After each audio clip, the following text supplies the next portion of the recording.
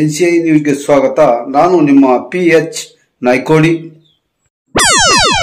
ಕೆಆರ್ಪೇಟೆ ಅಗ್ನಿಶಾಮಕ ಠಾಣೆಯಲ್ಲಿ ಹುತಾತ್ಮರ ದಿನಾಚರಣೆ ಅಗ್ನಿ ಅವಘಡ ತಡೆ ಸುರಕ್ಷತೆ ಕುರಿತು ಕರಪತ್ರ ಬಿಡುಗಡೆ ಮಾಡಿದ ಶಾಸಕ HT ಮಂಜು ಅಗ್ನಿ ಅವಘಡಗಳ ಬಗ್ಗೆ ಸದಾ ಎಚ್ಚರವಾಗಿದ್ದು ಕಷ್ಟಪಟ್ಟು ಗಳಿಸಿದ ಹಣ ಆಸ್ತಿಯ ಬಗ್ಗೆ ಗಮನ ಹರಿಸಿ ಜೋಪಾನ ಮಾಡಬೇಕು ಎಂದು ಶಾಸಕ HT ಮಂಜು ಕರೆ ನೀಡಿದರು.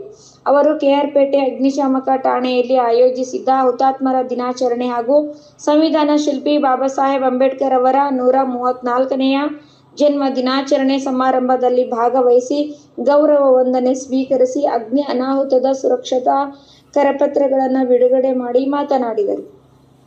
ದಿನದ 24 ಗಂಟೆಗಳ ಕಾಲವೂ ಸಾರ್ಥಕ ಸೇವೆ ನೀಡುತ್ತಾ ಸದಾ ಸಾವು ಬದುಕಿನಲ್ಲಿ ಸಿಲುಕಿರುವ ವ್ಯಕ್ತಿಗಳ ಅಮೂಲ್ಯವಾದ ಪ್ರಾಣ ಹಾಗೂ ಆಸ್ತಿಪಾಸ್ತಿಯ ಸಂರಕ್ಷಣೆಗೆ ನಮ್ಮ ಜೀವನದ ಹಂಗು ತೊರೆದು ಕೆಲಸ ಮಾಡುವ ಅಗ್ನಿಶಾಮಕ ಹಾಗೂ ತುರ್ತು ಸೇವಾ ಸಿಬ್ಬಂದಿಗಳು ತಮ್ಮ ಅಮೂಲ್ಯವಾದ ಪ್ರಾಣವನ್ನು ಕಳೆದುಕೊಂಡು ಹುತಾತ್ಮರಾಗಿದ್ದಾರೆ.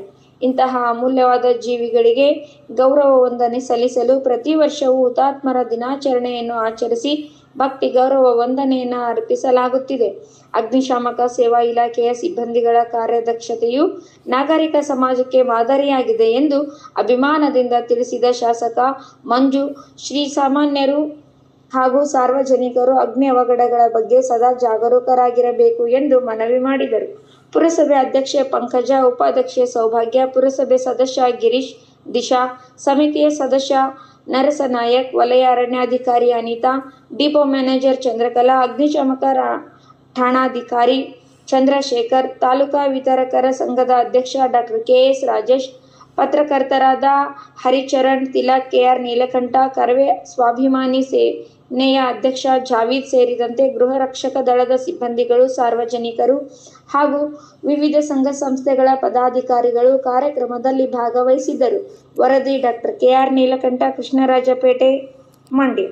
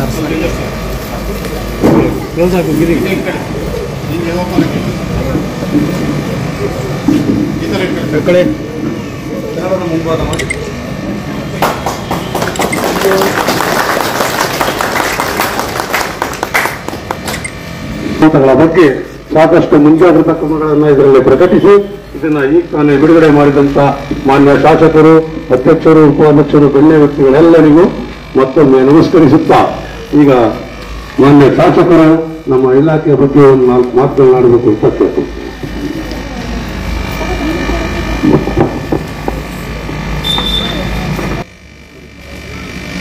ಬಾಂಬೆ ಢಾಕಾ ಸ್ಫೋಟದಲ್ಲಿ